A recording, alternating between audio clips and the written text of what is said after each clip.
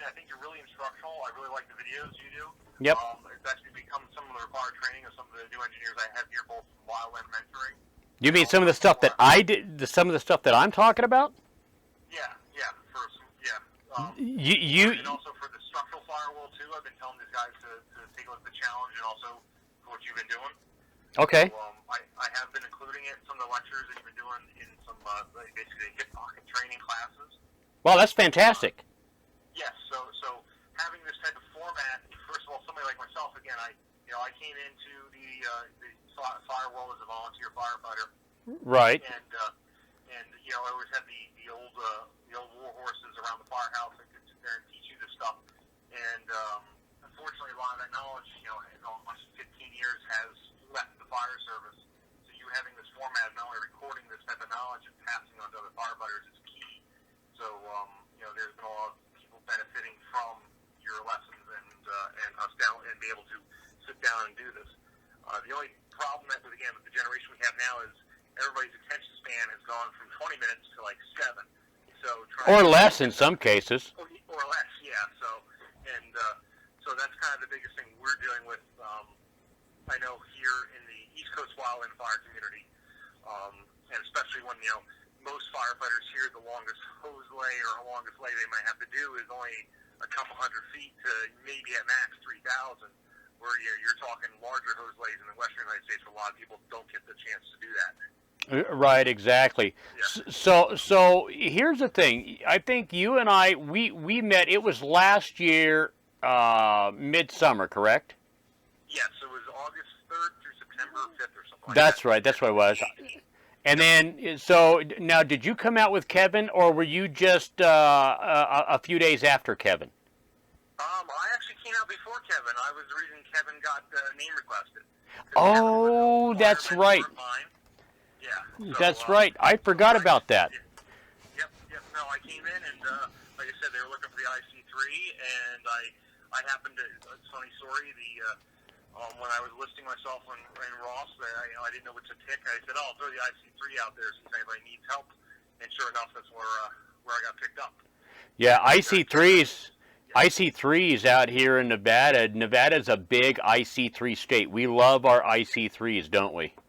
Yes, you guys do. And we do as it is now. Well, sure. And you know what's funny is that I remember 12 years ago, which is going to be like 13 years to next season. It'll be a total of 13 seasons, or it's like for me, what I do, I count a season as though it's a full year because I drive my wife and everybody else in the off season absolutely bananas and batshit crazy because I'm always doing it. And I remember my mentor who was a 28 battalion structure world out of Bountiful and Tooele, Utah.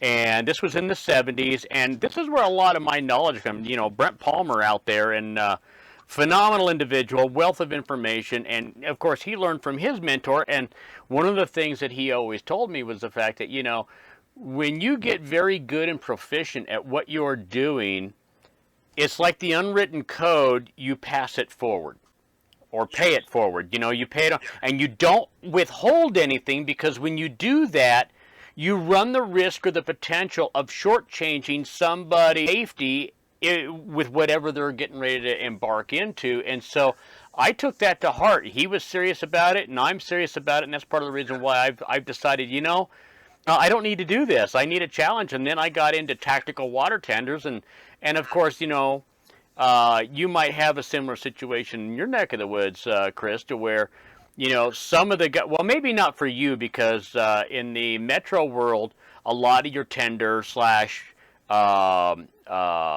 tender pumper operators, a lot of these guys are very well squared away, very knowledgeable. They understand hydraulics, and if they don't understand it, maybe the point of where I'm going with my story here is that you get these guys that in your neck of the woods that are knowledgeable, are capable, are very well squared away. They show up onto the scene. You look over your shoulder, you glance at them and go, okay, we've got this now. And that's kind of the way that it's become for me here in northern Nevada, is that they hear the number of the tenders showing up or calling out, and it's like I've had people come up, like as soon as I heard 6913 over the radio, it's like I wasn't even worried anymore. And I'm sure it's the same way for you in your neck of the woods, right? It is. Going back on some experience, there was a chief that I came in the volunteer service. His name was Chuck, and he was, again, a really good engineer background. And he pumped 3 trucks at once all by himself with water tender supply coming in, and managed to keep not only water flowing to either structural fires or large commercial buildings, but he's also done, again, several good wildland suppression jobs with me. Copy that. It's amazing how he's able to, and like you said, that knowledge of being able to do flow calculations on the fly. And, he's pulled the slide card out to do what he needs to do to keep things going, That was always an important aspect of his training and mentorship. Well, that's actually good to hear, because I know one of the things that my mentor was always talking to me about was the fact that how, discouraging it would be and how bad it would make them feel, because here it was in the 70s in the structure world, this stuff was like at its peak. It was at its height. Los Angeles County is like where a lot of the first fire science curriculum in the United States started, was out of LA County by Lawrence Irvin, who my mentor gave me his book, and I looked at it, and that was like the first book that I was actually able to read and look at and go, oh my God, I get this. This is making sense. Whereas other people that I would talk to, it would be like, they would explain it. I'm like, what in the hell did he just say? This makes no sense. It was like now more confusing than what it started with. And then some of these guys would sit here. I remember my first time when I first started with working for Uncle Sam as a seasonal tender operator, we were doing a 211 class, a portable pump class, and one of the guys that was there, it wasn't his fault, but he was repeating what he was taught, which was friction loss was just a static assigned number based upon hose size, and that was it. And the biggest problem that I saw with other students, even that first and second year, in trying to get them to understand it, was the fact that they couldn't duplicate what was on the slide on the screen, because the slide rules were different, and there was an error in that. Well, nobody knew it at the time. And nobody knew hydraulics well enough to be able to sit here and say, look, this is how this works. And so that's kind of where I've gone and tried to go today. So that's what led me to the creation of the website, and then the videos and everything else, and then the booklet, which, you've got the PDF version, but when you can make your way out here again. But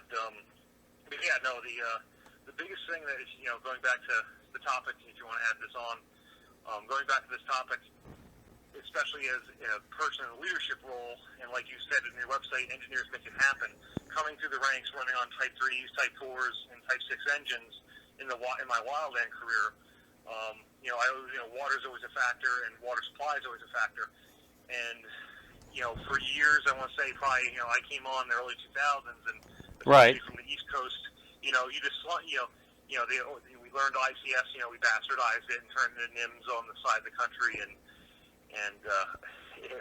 people always said, oh, well, with Quest resources, and, we can always cancel them later, so we would call 3 or 4 task forces of different types of tenders to come and do water supply, and guys would be sitting around on, not 6+ hours at incident, not even dropping water, because we got so far away from the learning what you need for flow, for hydraulic calculations.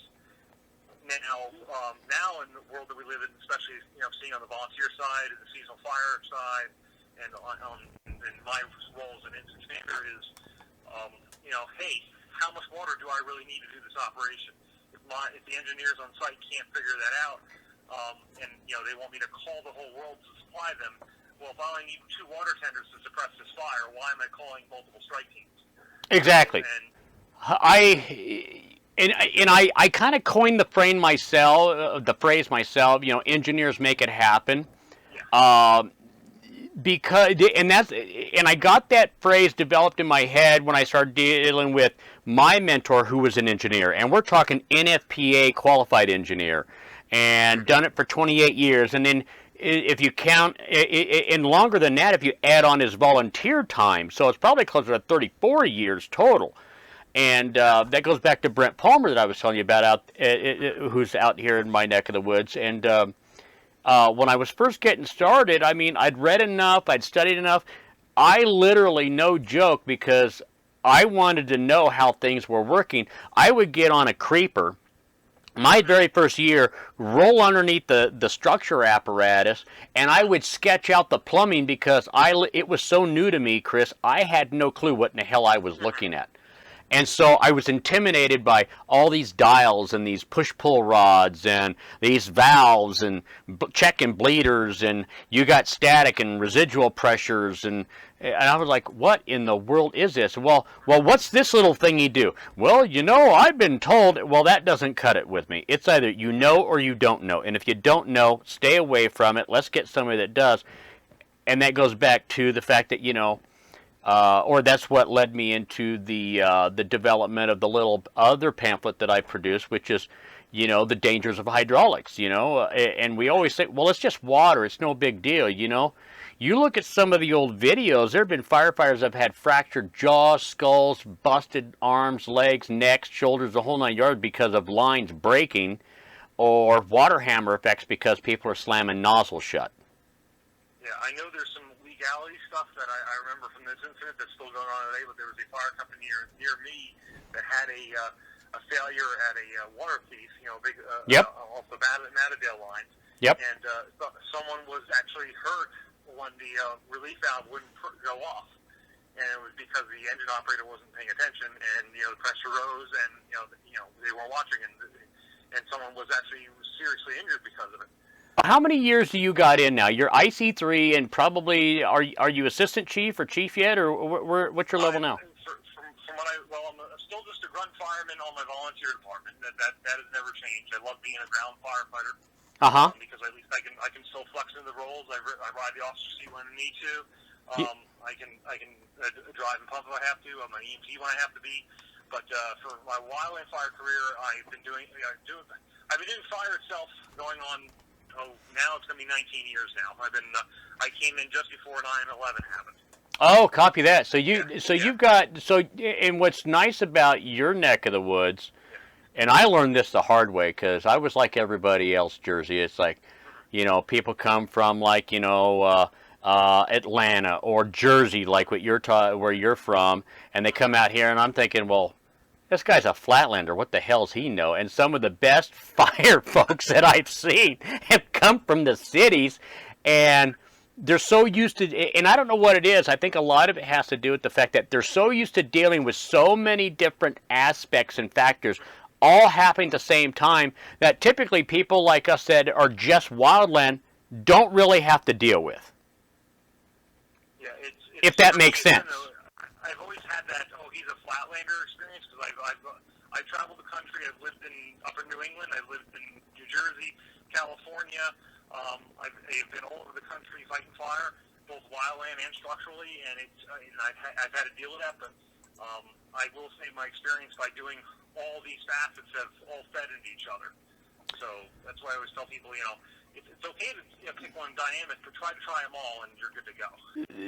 Look, for tender operators primarily, because I think, we've got some of the most capable apparatus in our entire wildland fleet. They're the most misused or underused, misunderstood, and we put no training whatsoever. But yet we got guys that are thrown in there that we pick off the street a lot of times. And this is not just government. This is state. This is county. This is wildland contract, and they sometimes these guys are like $40,000-$50,000 pieces of equipment, all the way up to $350,000 or $250,000 in some cases with government rigs, and we put almost no training into it. But yet, that's really where you should be putting the bulk of your hydro training into. Absolutely, 110% agree with you. It is the most underutilized and underthought piece of apparatus in your toolbox on the fire group. And where I live in New Jersey, we have some communities with hydrants and some communities that don't. And so the communities with hydrants have an awesome water supply because there might be only up to 60 hydrants on that one main line. Okay. The second you get to the edge of either of those towns, you're talking maybe 100 GPM out of those inlets, so they're not really able to sustain water operations. So we go right back to the tender system, which works really effective in this part of New Jersey. And Sure. because it's fixed wing doesn't mean it's going to go out. So we always relied on rotor ring here in New Jersey, especially because it's always, like you just said, the more effective tool. And we're lucky enough that we have water supply nearby where we can do our dip sites real quick and easy. Sure. But as an IC out west, like again, if I'm thinking about where am I going to get my water, do I got to bring a portable dip site in? If the engineers on site know what they're doing, and then hey, I only need 4 water tenders to keep up this flow, and we got enough portable sites that can keep it going, then I don't have to worry about calling additional resources in and wasting additional funds to suppress this fire on stuff that just sits around all the time. Or do we really need that $25,000 VLAT on one drop to suppress something that only we need an extra 2,000 gallons for? Yeah, exactly. And, it comes down to, I've been told that it was like $100,000 to get a VLAT, the 747, the global supertanker. Okay, so, and a lot of people think, well, one of the things that I've heard since I got involved in wildland, which is, well, these engines that we got, they're junk. They can't do this. They can't do that. And that's not the case. They were designed to do a very specific job very well. And they do that. It's only because we try to take the engines and go put out a tremendous amount of BTU all in one shot with too small a flow and too small of a nozzle. Retardant. I think we use retardant as the end-all, be-all, fix-all, kill-it-all type of thing over and over and over and over again. But yet, the way I think we do it is grossly in error, and I don't think and it's not in error deliberately. It's in error because it's not. Somebody somewhere is not really looking at it, and the way that I am per se. You think about how thin of a layer of dusting that we have on this fuel. So if it absorbs heat, like people are talking about, then that heat is going to be absorbed and transferred into the fuel. Hence, renders it ineffective, in my opinion. Yeah, if it's you're correct. So if it's a burn inhibitor, which means it will not burn, it's trying to block as much heat as possible. But again, because it's such a thin layer, it's got no choice except for thermodynamic properties and the laws of physics there. And I'm not even going to pretend to be an expert in all that stuff, but just common sense is telling me that it's going to eventually heat up the material so much to where it's going to collapse, and then if there's any wind, well, those embers that are left over are going to blow outside the retardant line. But we see this on fires all the time, but nobody's really slowing down to look at it. Is that your... Go ahead. I agree with that statement because I actually had that happen to me on the fire I was dispatched to back in 2018 up on the Elko district. And they said, oh yeah, we have retardant line around all the structures from the fire from the initial attack the day prior. And I'm like, okay, that's fine. And of course we had the swap over occur, and it picked up, and she went from 10 acres to 100 acres in probably about a minute or two. And it hit the retardant line like it wasn't there. And you're pretty much right, because what I was seeing at that moment when I jumped the line, I'm looking and I'm seeing spot fires a couple hundred yards over that line. So right. Again, it's not hitting the retardant line and slowing down. It's jumping the retardant line itself, and then it's and I believe, like you said, the heat is being absorbed, and you're having the sheeting action occur even on the retardant line. Yeah, that would make sense. I've got Chris Franken with me calling in today, talking about the website and our experiences and everything else. And Chris, you said that you've taken a lot of my stuff and you've made it to where it's now mandatory for your guys. Is that correct? That is correct. Again, I'm original FMO out of New Jersey. We're fire wardens back east here, and I've taken some of this training and passed it along to my younger firefighters, asking them to look at lessons online. They're very well written. They're very well laid out, and the important knowledge set is there. And it really is like you put on your website. Engineers make it happen. That can't be that's spot on. As an initial attack IC, as a tactical operational leader, crew boss, engine boss, whatever. If these common, we call them common, back to basics tasks aren't programmed in our heads, it could bite us in the rear end in the bigger picture. And I'm saying that from a wildland firefighter perspective. I'm saying that from a structural perspective. If these basic skills, and if you don't practice and train on them and try to get better at them, you could end up having people hurt down the road. Right, and your training, and again, there was one of the WISTAR refreshers is chaos ensues when we have to do a rapid self-audit of ourselves. And if you aren't up on your skills and practicing, or like I encourage my firefighters, is always make the training drills 10 times harder than you would have in real life, because there might be that one day when it's coming at you from 16 different directions, and if you weren't properly prepared and you to build that slideshow, hey, I remember we had this what if scenario. Oh my God, we're really here now having this scenario. I know how to do this. Then that firefighter's confidence goes up, builds confidence of the team, and then, believe it or not, you get the job done that much quicker, and everybody goes home safe.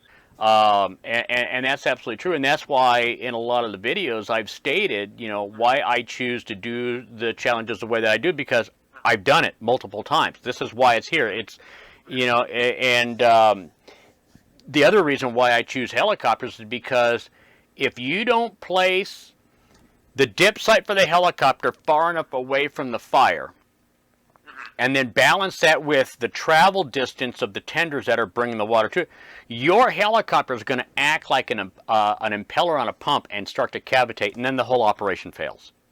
Oh, absolutely.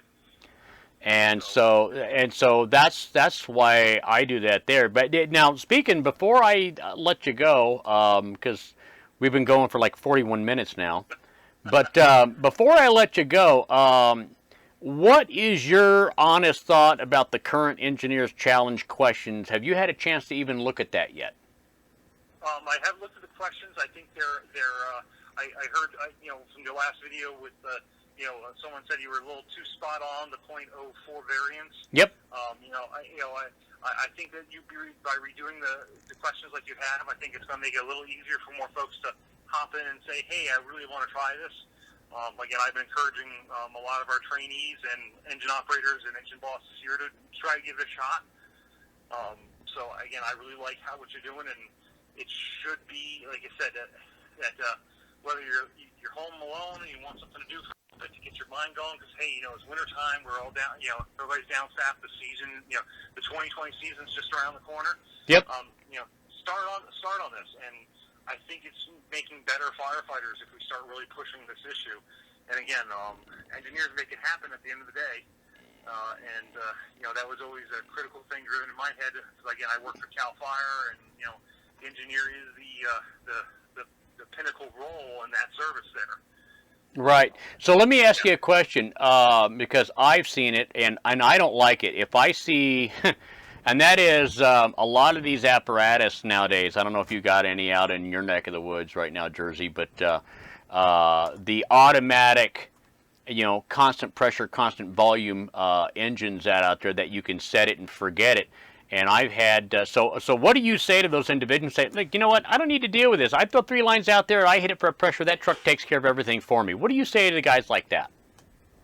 Your computer's going to fail at the worst time. I've seen that. I've seen that happen.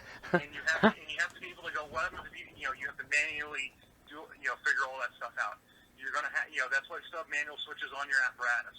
Yep. So, and I've seen it fail. On a scene, I've seen it so bad that the person didn't know how to go back. That they had to take a fire apparatus out of a suppression roll and quickly replace it with another one, and people were inside a building wondering where their water went because of that.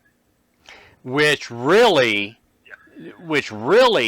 I will not use the adjective that I would want to describe right now because of where this is going to be posted online, but that just went from a dangerous situation to a potential fatal situation for the guys that are at the end of the nozzle with no water.